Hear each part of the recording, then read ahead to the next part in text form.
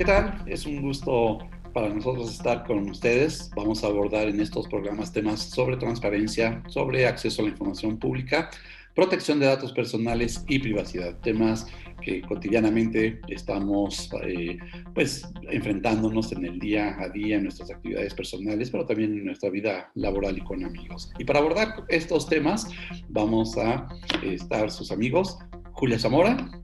Hola, ¿cómo están? Y también le doy la bienvenida a Alejandro Torres. Y pues bueno, vamos a empezar este programa entre amigos. Bienvenidos.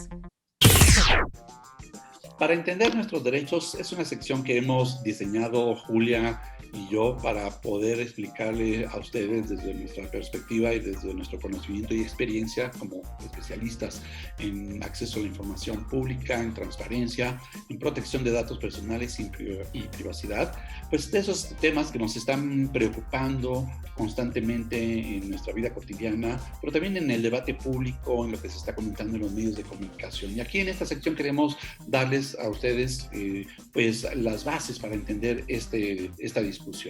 Y el tema que hoy queremos abordar con ustedes pues tiene que ver con la regulación de las redes sociales en México que ha propuesto el senador Ricardo Monreal Ávila del partido Morena recientemente, a inicios de febrero de 2021.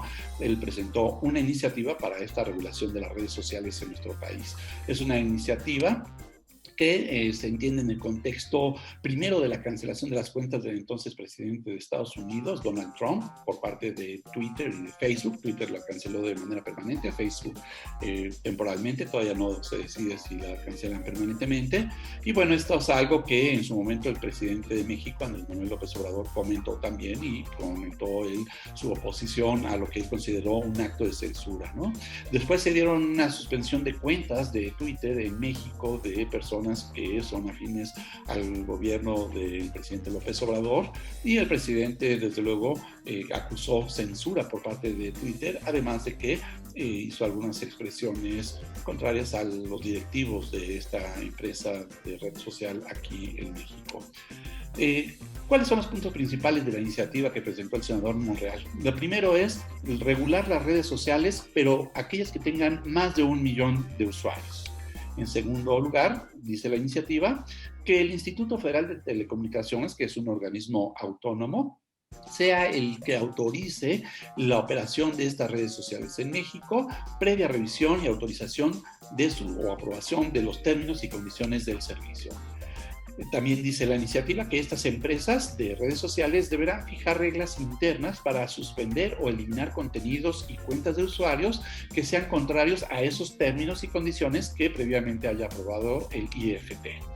Además, se aplicará a cuentas y contenidos que estén difundiendo noticias falsas, mensajes de odio, o que estén violando derechos de los niños, de los menores de edad, o que violen la protección de datos personales y la privacidad, o hagan apología del delito.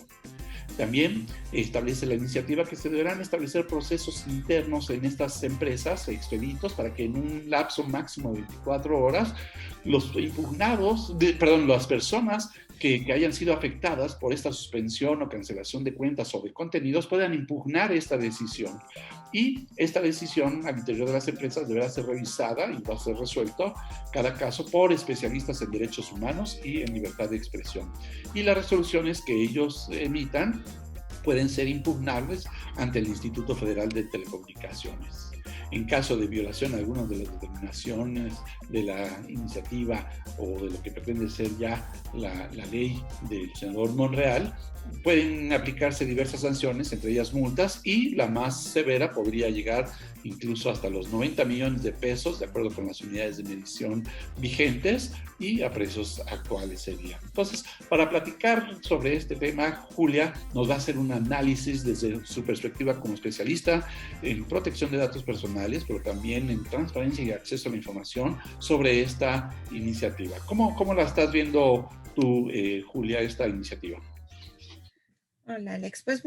Pues mira, lo que me llama la atención es que le están dando el enfoque más a la parte del Internet, ¿no? A la parte de la tecnología. Pero el meollo del asunto, en lo que se está discutiendo y lo que se está peleando, es la parte de la libertad de expresión, la parte de la protección de datos personales, la parte del acceso a la información, cosa que el IFT pues no es, o sea, no tiene cabida, para eso está el INAI, ¿no?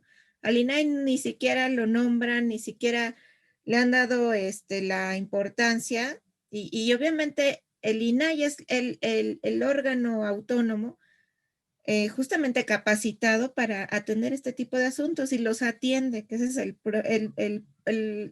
no el problema, o sea, los atiende desde siempre, ¿no? Entonces, bueno, ya hemos visto que no tienen o tienen una cuestión ahí de rechazo, ¿no? Con esta institución. Pero me llamó mucho la atención, el día de ayer hubo un foro que organizó el Instituto de Investigaciones Jurídicas de la UNAM para hablar justamente de esta iniciativa que como lo llama el senador Monreal, es un borrador, ¿no? Inclusive fue un ejercicio de parlamento abierto donde hablaron diversos especialistas, diversos senadores sobre el tema. Todos mencionaban la cuestión del IFT, todos hablaban de la parte de que es una violación a la libertad de expresión, pero todos se iban por la parte de la cuestión técnica. A final de cuentas, o sea, dentro de la iniciativa no hay, o lo define que las redes sociales son un medio de comunicación, no es un medio de comunicación, las redes sociales, pues es como el chismógrafo moderno, ¿no? O sea, las redes sociales utilizan el Internet porque, pues obviamente es su medio de tránsito, ¿no?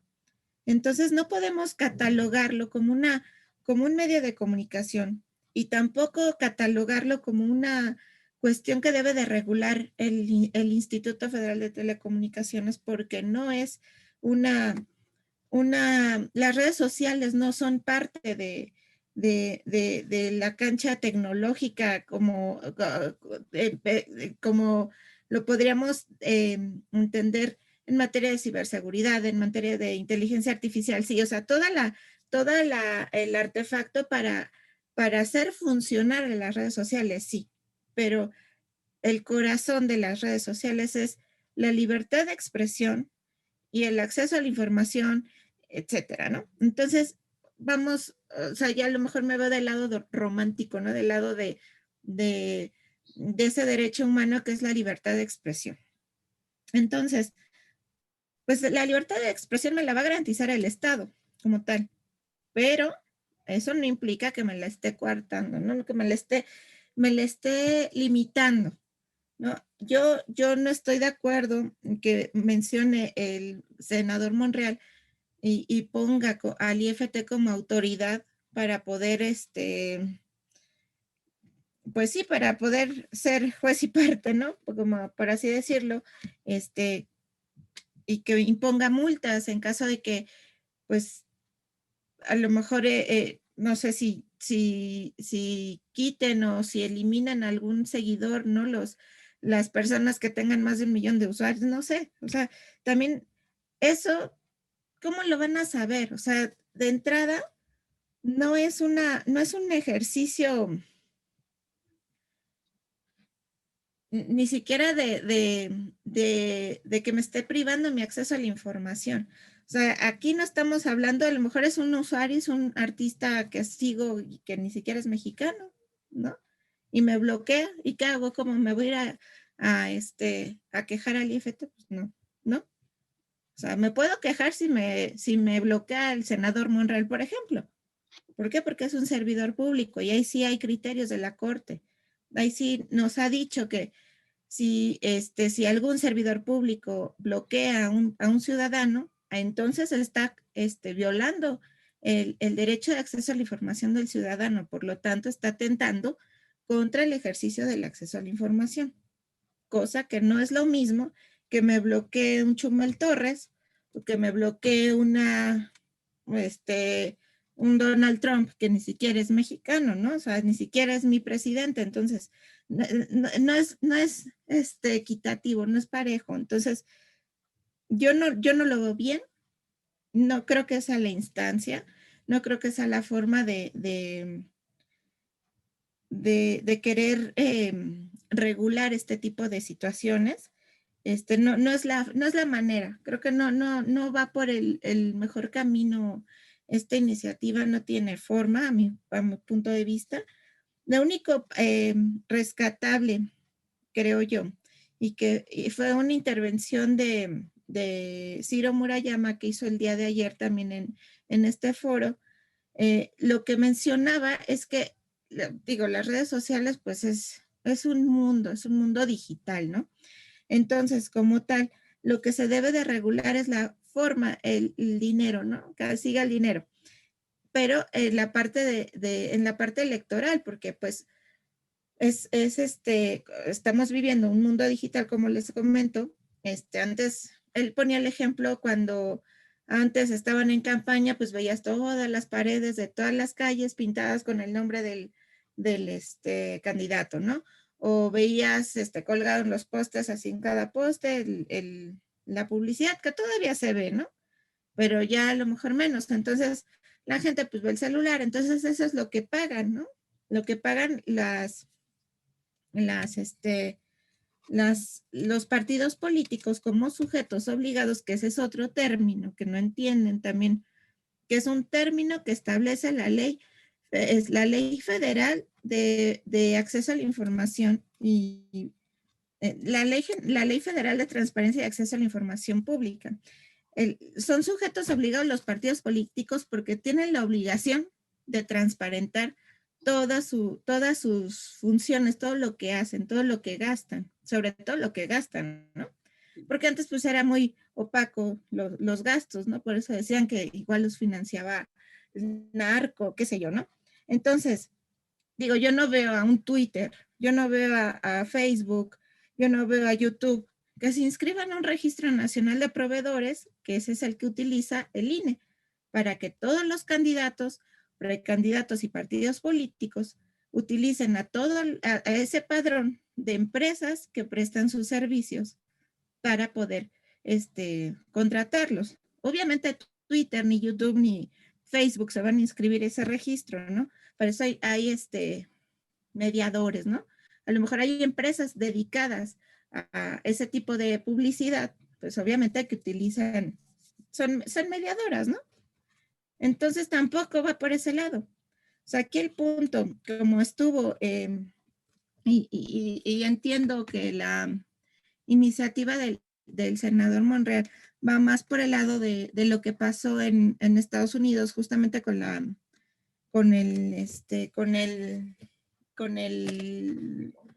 campaña de Donald Trump. Entonces, ahí pues sí no se sabía qué es lo que estaban realizando a través de las redes sociales, a través de Facebook. Contrató a una compañía para medir para medir los gustos, medir las preferencias del público y de un público pues joven, un público que puede ser votante y simpatizante en este caso fue de Donald Trump. Entonces, pues era obviamente como una garantía de votos, ¿no? Entonces, eso es lo que estaban haciendo. Por eso fue que se desató todo este dilema de Cambridge Analytica, que, pues bueno, o sea, estaba metiendo publicidad, ¿no? Y toda la cuestión subliminal para la gente para que votara por Donald Trump. Entonces, solo, o sea, de una persona que se quejó y dijo, bueno, ¿de dónde sacaron mis datos personales? Que ahí es el punto donde entra la parte importante también de esta iniciativa, aparte de los datos personales, que no maneja el IFT, lo maneja el INAI y lo ha manejado y lo protege y lo regula también, ¿no? Entonces,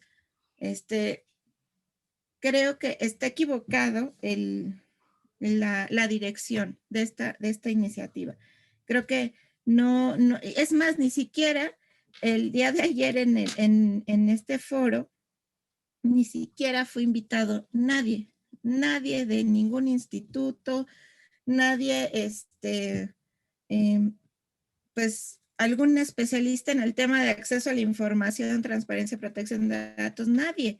O sea, había gente que era a lo mejor especialista en ciberseguridad, estuvieron invitados los de el artículo 19, los de red, ¿no? También, pero nadie, o sea, no invitaron a algún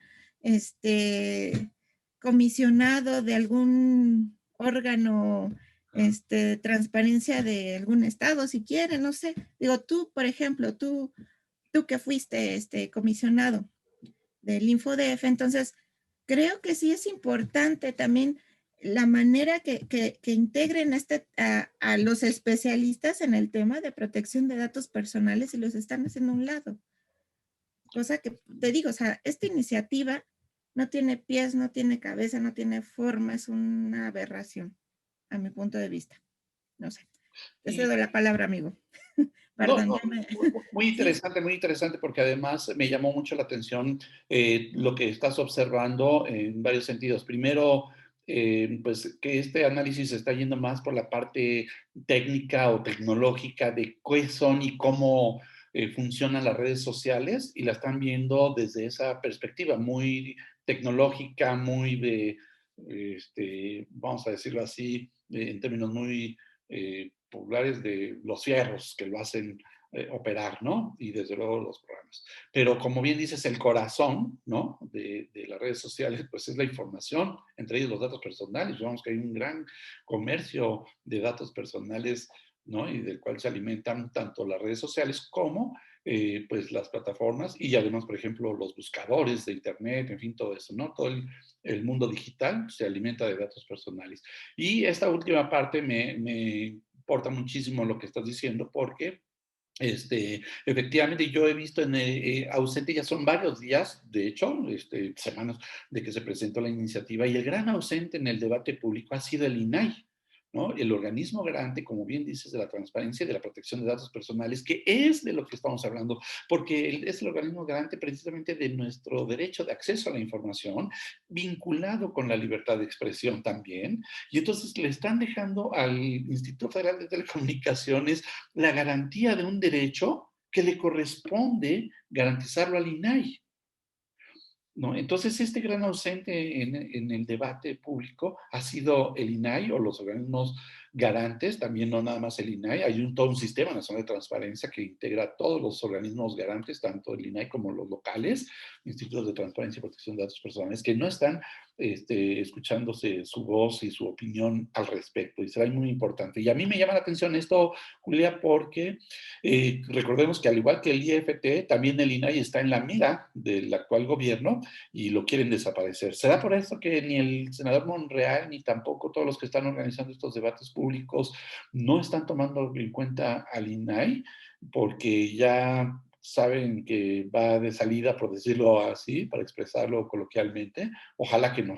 Ojalá que no, sería un grave retroceso, pero se está haciendo necesaria. Por otro lado, el INAI sí he visto que ha publicado algunas cosas, sus comisionados en lo individual han publicado algunas opiniones, algún comunicado, pero a mí en lo personal me parece que es momento de que el INAI se haga más presente todavía en los medios de comunicación, en el debate público y en las propias redes sociales y en este tipo de foros académicos como el que haces referencia que tuvo lugar en el Instituto de Investigaciones Jurídicas de la UNAM, si mal no recuerdo, ¿verdad?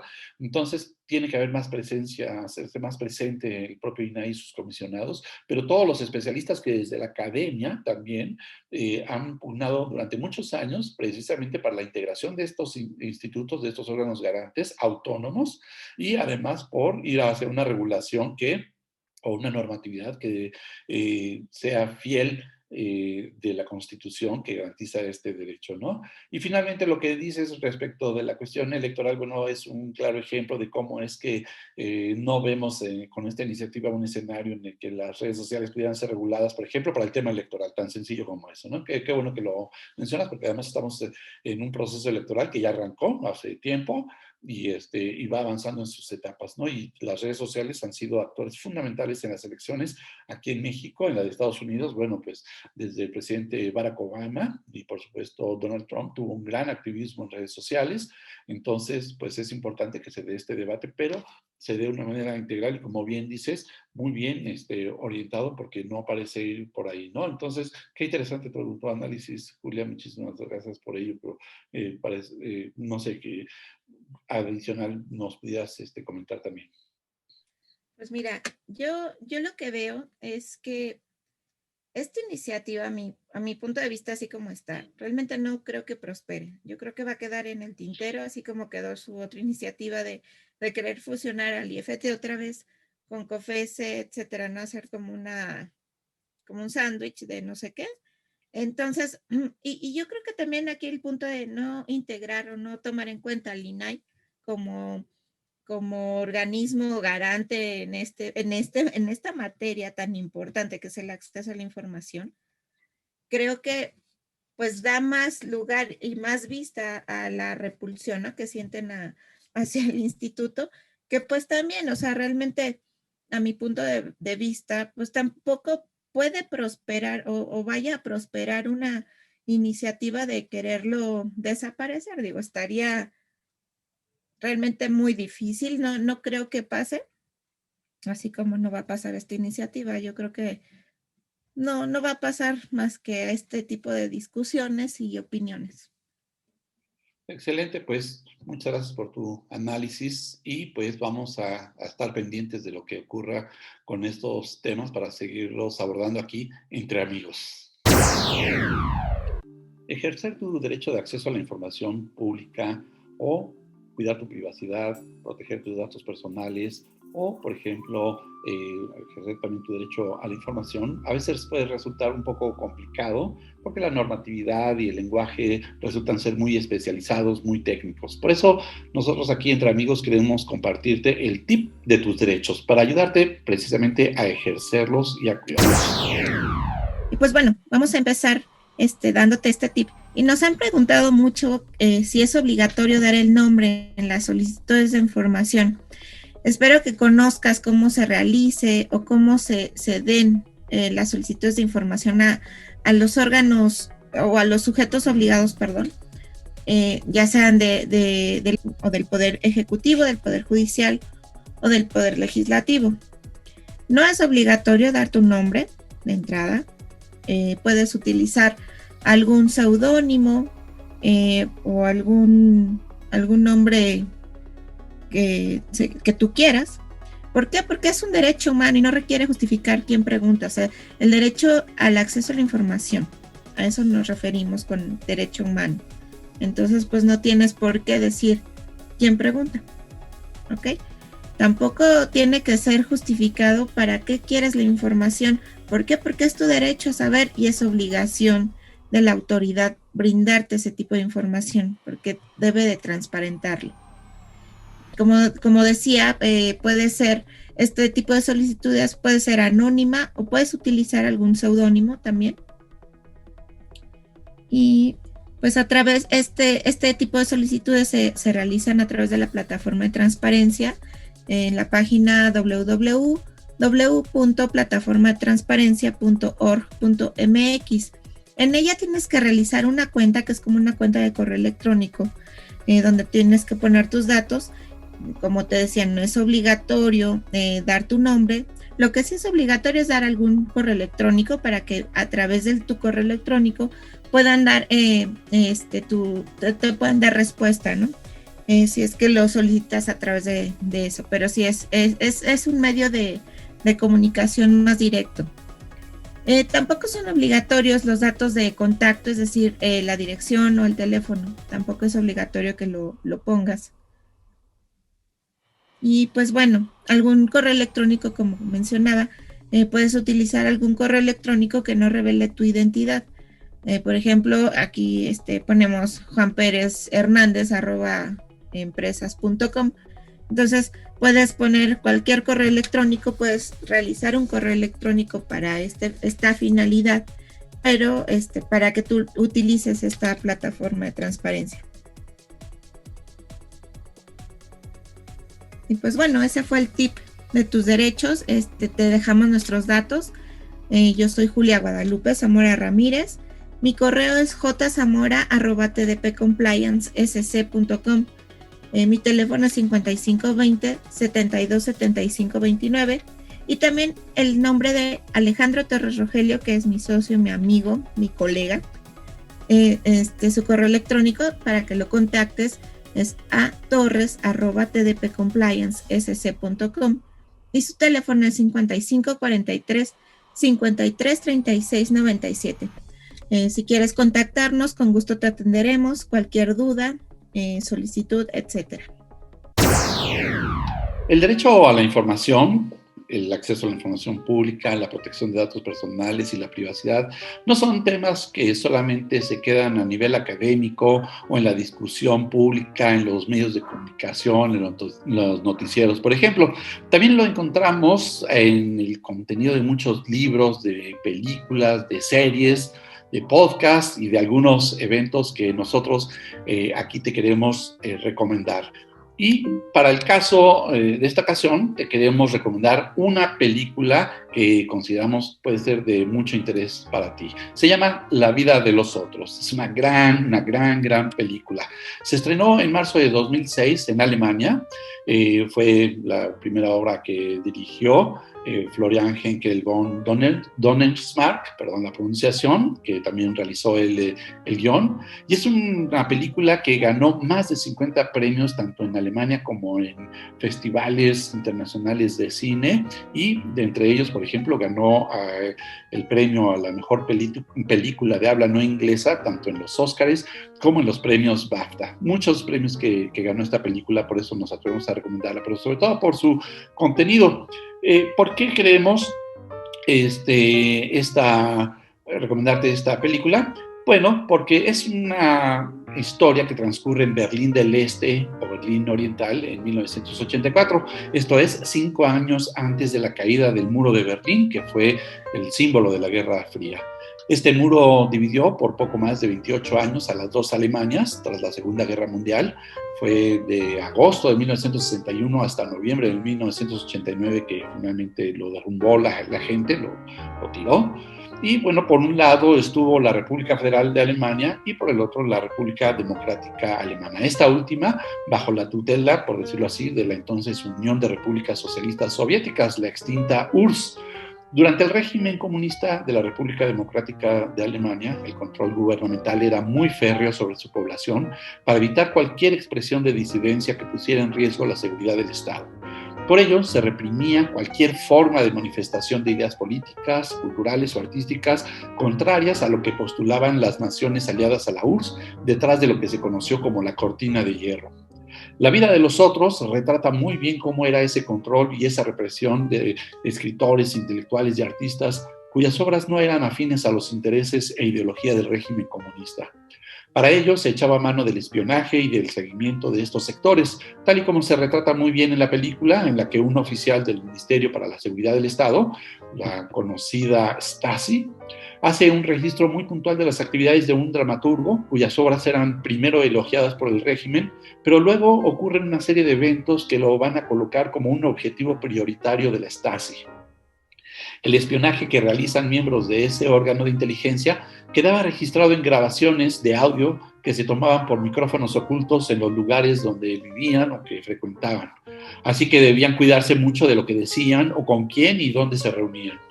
Los escritos con ideas contrarias al régimen se pasaban de contrabando por la frontera para que fueran publicados y difundidos en la prensa de la República Federal Alemana y en el mundo occidental para dar cuenta de cómo se estaba viviendo en Berlín Oriental.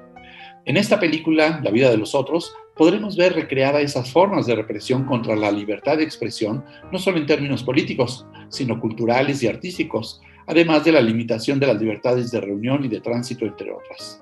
El espionaje que en aquel entonces ocurría no ha desaparecido en nuestros días y en nuestro propio país, y si antes se daba seguimiento en la calle y en sus domicilios a quienes se consideraba como un riesgo para la seguridad del Estado, además de instalar micrófonos ocultos para escuchar y grabar sus conversaciones para obtener evidencia de sus actividades, Bueno, ahora vemos que se ha sofisticado este espionaje con el uso de programas informáticos intrusivos en los teléfonos celulares o en las computadoras de periodistas, de defensores de derechos humanos y de activistas de organizaciones de la sociedad civil. La vida de los otros es una película que nos lleva a reflexionar sobre el peso que tiene la defensa de nuestras libertades fundamentales, como la libertad de expresión, la libertad de tránsito y de reunión, además de nuestro derecho a la privacidad, que a veces damos por sentados, pero que en realidad están constantemente amenazados. Y esta es nuestra recomendación para ti, para conocer más y disfrutar de estos temas del derecho a la información, el acceso a la información pública, la protección de datos personales y la privacidad. Y esperamos que te guste y te interese esta película, La vida de los otros.